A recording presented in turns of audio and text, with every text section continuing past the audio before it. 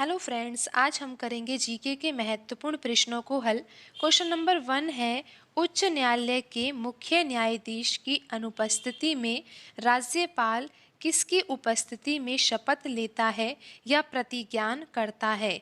उच्च न्यायालय के मुख्य न्यायाधीश की अनुपस्थिति में राज्यपाल किसकी उपस्थिति में शपथ लेता है या प्रतिज्ञान करता है? ऑप्शन 1 उच्च न्यायालय के उपलब्ध वरिष्ठतम न्यायाधीश। ऑप्शन 2 राष्ट्रपति के द्वारा मनोनीत न्यायाधीश। ऑप्शन 3 राज्य विधानमंडल के अध्यक्ष। ऑप्शन 4 राज्य विधानमंडल के सचिव। आंसर होगा ऑप्शन 1 उच्च न्यायालय के उपलब्ध वरिष्ठतम न्यायाधीश। उच्च न्यायालय के मुख्य न्यायाधीश की अनुपस्थिति में राज्यपाल उच्च न्यायालय के उपलब्ध वरिष्ठतम न्यायाधीश की उपस्थिति में शपथ लेता है। अब हम बढ़ते हैं अगले प्रश्न की ओर। अगला प्रश्न है यहाँ पर क्वेश्चन नंबर 2। प्रश्न में पूछा गया है कि निम्नलिखित में से उत्तर भारत में रबी मौसम में उगाई जाने वाली फसल की पहचान करें। तो यहाँ पर प्रश्न में ये पूछा गया है कि उत्तर भारत में उगाई जाने वाली फसलों में से रबी की फसल कौन सी है। तो ऑप्शन 1 में लिखा हुआ है कपास। ऑप्शन 2 है बाजरा। ऑप्शन 3 है चना। ऑप्शन 4 यहाँ पर है चावल।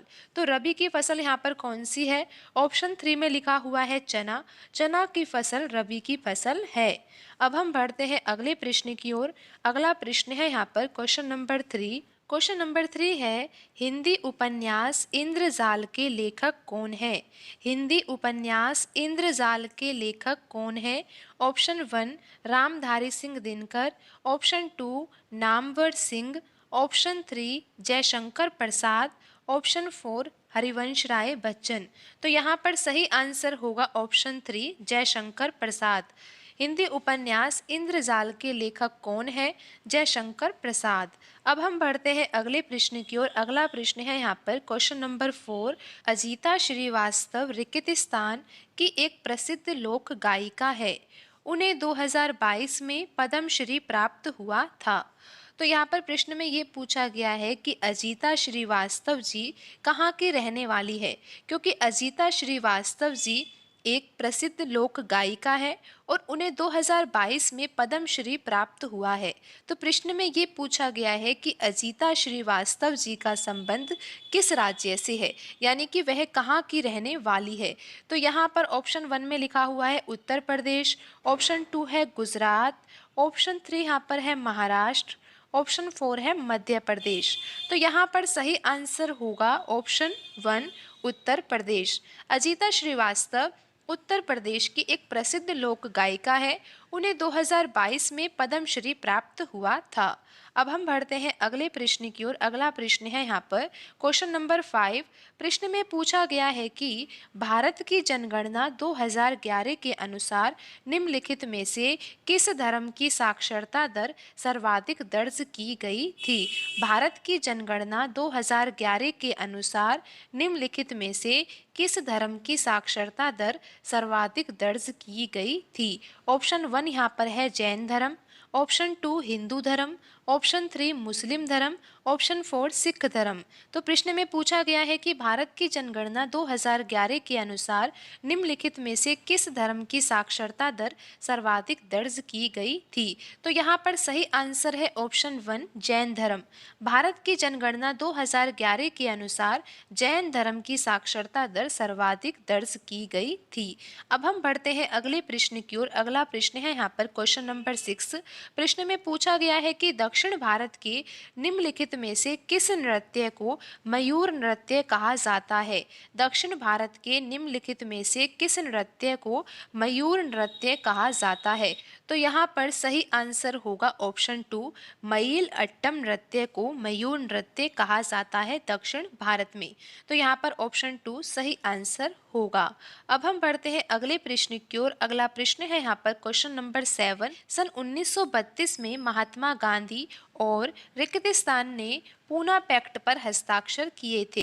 1932 में पूना पैक्ट पर हस्ताक्षर किन्होंने किए थे? महात्मा गांधी। और कौन थे जिन्होंने पूना पैक्ट पर हस्ताक्षर किए थे?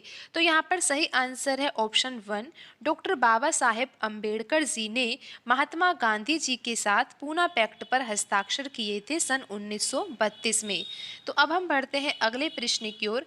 क्वेश्चन नंबर 8 है, भारत की जनगणना 2011 के अनुसार निम्नलिखित में से राज्यों के किस समूह में सबसे अधिक जनसंख्या दर्ज की गई है? तमिलनाडु और कर्नाटक, ऑप्शन 2 महाराष्ट्र और बिहार, ऑप्शन 3 यहाँ पर है पश्चिम बंगाल और मध्य प्रदेश, और ऑप्शन 4 यहाँ पर है बिहार और पश्चिम बंगाल। तो यहाँ पर सही आंसर होगा ऑप्शन 2 महाराष्ट्र और बिहार। भारत की जनगणना 2011 के अनुसार महाराष्ट्र और बिहार राज्यों में सबसे अधिक जनसंख्या दर्ज की गई। अब हम बढ़ते हैं अगले प्रश्न की ओर। अगला प्रश्न है यहाँ पर क्वेश्चन नंबर 9, भारत में सरकार की संसदीय प्रणाली निम्नलिखित में से किस संसदीय सरकार के पैटर्न पर आधारित है?